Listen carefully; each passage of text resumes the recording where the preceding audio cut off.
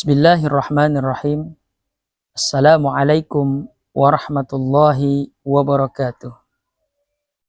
Alhamdulillah wassalatu wassalamu ala Rasulillah Sayyidina Muhammad ibn Abdillah wa ala alihi wa ashabihi wa man tabi'ahum bi ihsan ila yaumiddin, amma ba'd.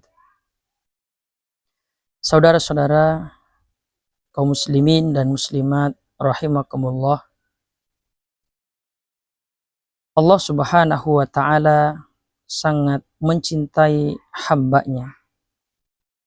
Ketika Allah memerintahkan untuk melaksanakan sholat, tentunya perintah itu memiliki keistimewaan dan manfaat, wabil khusus kepada kita sebagai hamba-hamba Allah. Dan orang-orang yang melaksanakan perintah-perintah Allah, menjauhi larangan-larangan Allah, maka mereka akan diberikan balasan oleh Allah, baik itu di dunia, terlebih nanti balasan di akhirat berupa surga. Surga digambarkan di dalam hadis-hadis Rasulullah Sallallahu Alaihi Wasallam bahwa al-jannatu ma la aynun ra'at wala udhunun sami'at wala khatara ala qalbil bashar. Kenikmatan di dalam surga itu tidak dapat kita bayangkan, tidak dapat kita pikirkan, tidak dapat kita dengar dengan telinga. Bahkan di dalam hati kita memiliki pandangan-pandangan, memiliki gambaran tentang surga. Tentunya apa yang kita bayangkan akan berbeda dengan aslinya ketika nanti Allah masukkan kita ke dalam surga. Amin ya rabbal alamin. Bahkan dikatakan di surga itu ada sebuah pohon yang buah-buahannya la maqtu'ah wala mamnu'ah, tidak terputus dan tidak terlarang. Artinya boleh mengkonsumsi buah-buahan apapun yang ada di dalam surganya Allah.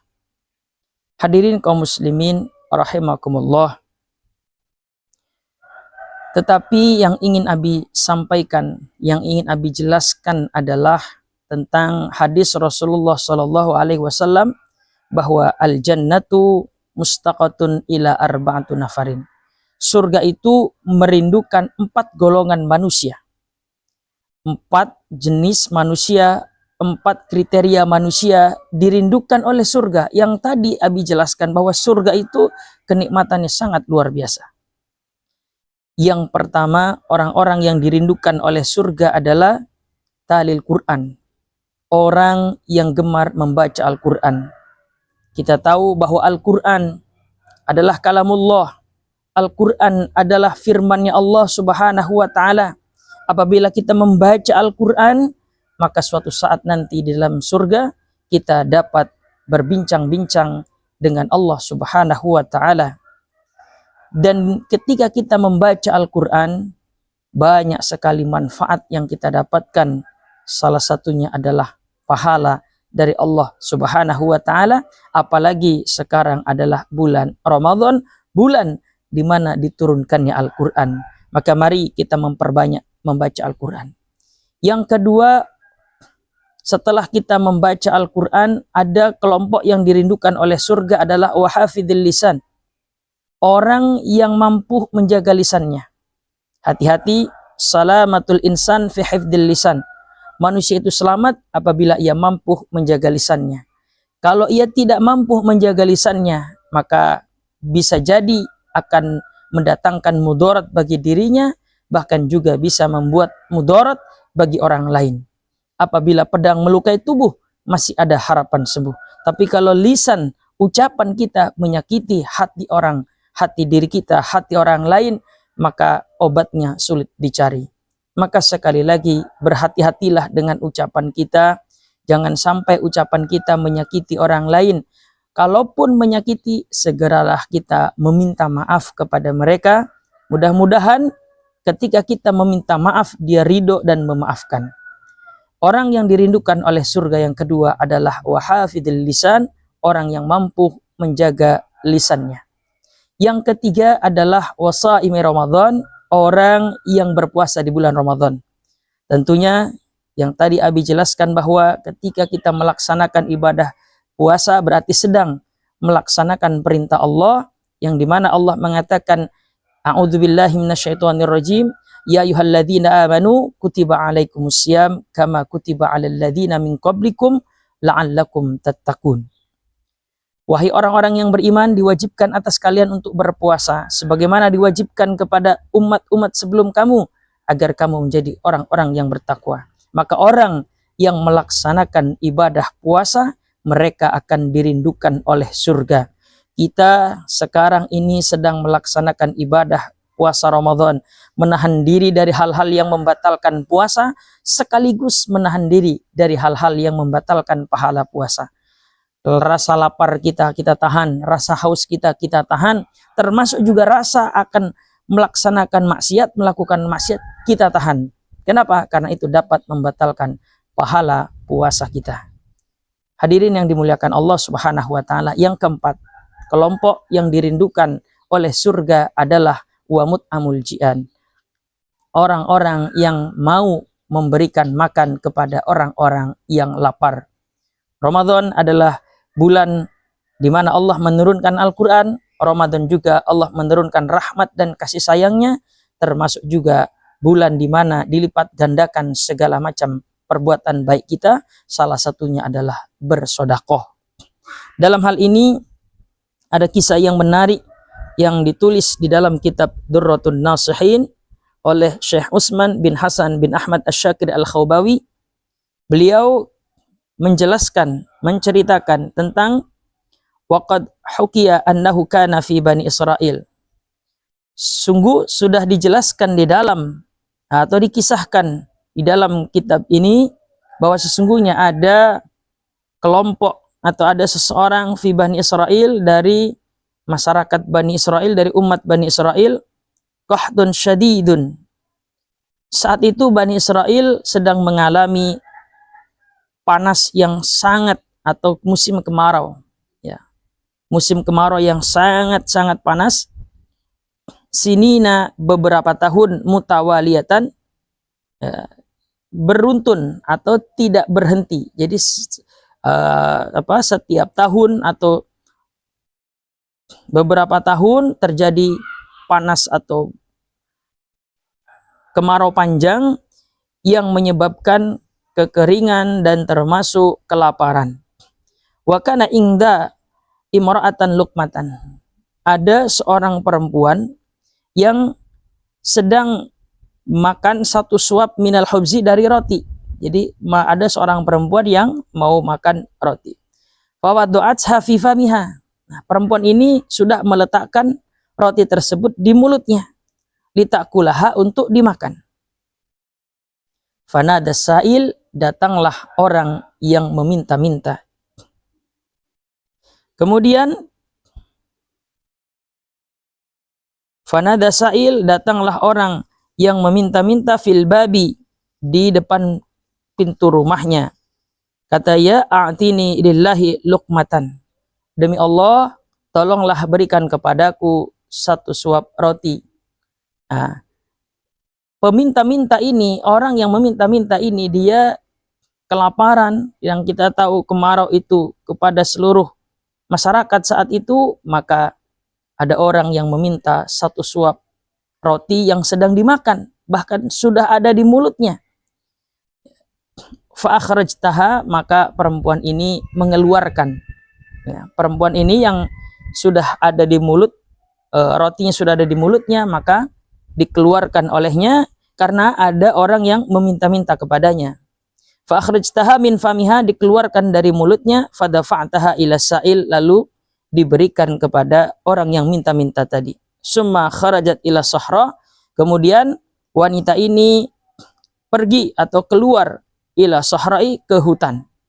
Li'an tahta toba, untuk mencari kayu bakar. Wa kana laha ibnu saghirin ma'aha, dan saat itu ia mengajak anak laki-lakinya yang masih kecil. Faja'a dhi'bu, tiba-tiba datanglah seekor serigala. Fahamalaha, dan serigala itu membawa atau mengambil anaknya, anak laki-lakinya. Jadi ibunya sedang mencari kayu bakar, anaknya sedang duduk menunggu ibunya, maka datanglah seekor serigala, kemudian serigala itu mengambil atau menarik anaknya si ibu tadi. Wadhaba, dan pergi menjauh dari bersembunyilah gitu. Bersembunyi di tempat yang sepi. Summa kharajat ila sahrat fawaqa'atis sayhatu, maka terdengar teriakan. Ya, terdengar teriakan dari anaknya tadi yang dibawa oleh serigala. Nah, ketika mendengar teriakan, maka ibunya bergegas menghampiri anaknya tersebut.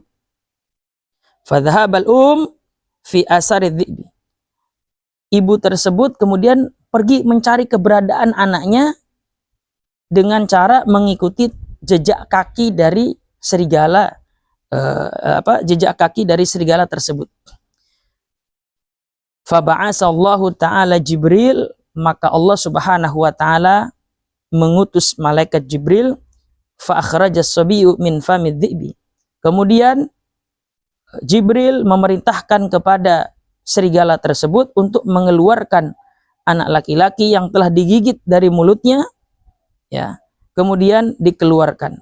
Fadafa'uhu ila ummihi, lalu diberikan kepada ibunya. Wa qala laha, dan berkatalah malaikat Jibril kepada ibunya tersebut, kepada perempuan tersebut, ya ammatullah, arodaiti lukmatan bilukmatin. Wahai hamba Allah, ridhokah engkau satu suap dibalas dengan satu suap.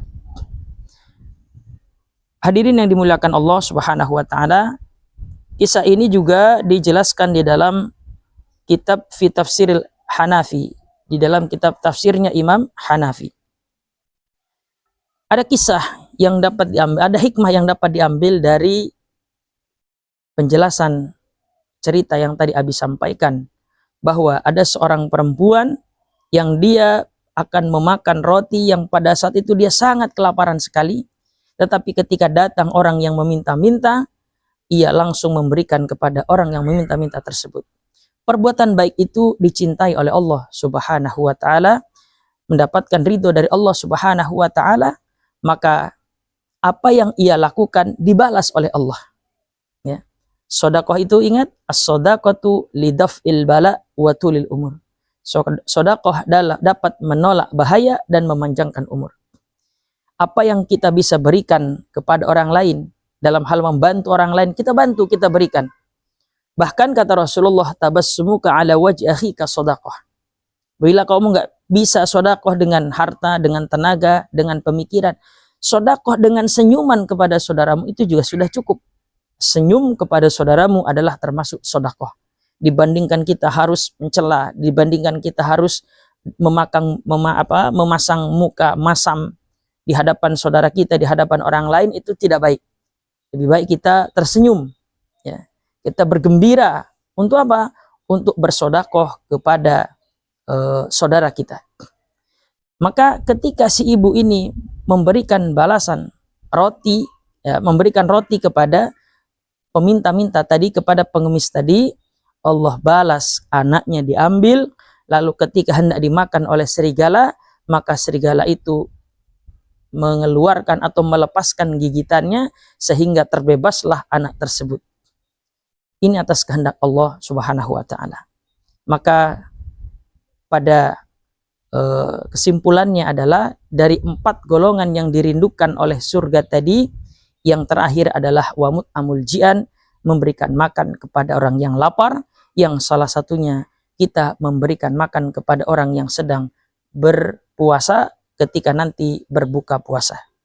Maka mudah-mudahan kita semuanya dapat berbagi dengan sesama, dapat bagi-bagi takjil kepada orang lain, dapat memberikan bukaan kepada orang lain. Tentunya ini sangat membahagiakan diri kita dan orang lain tersebut. Itu saja yang dapat Abi sampaikan. Tubu ilallah bidzikril maut. Mari bertobat kepada Allah dengan banyak-banyak mengingat kematian. Wassalamualaikum warahmatullahi wabarakatuh.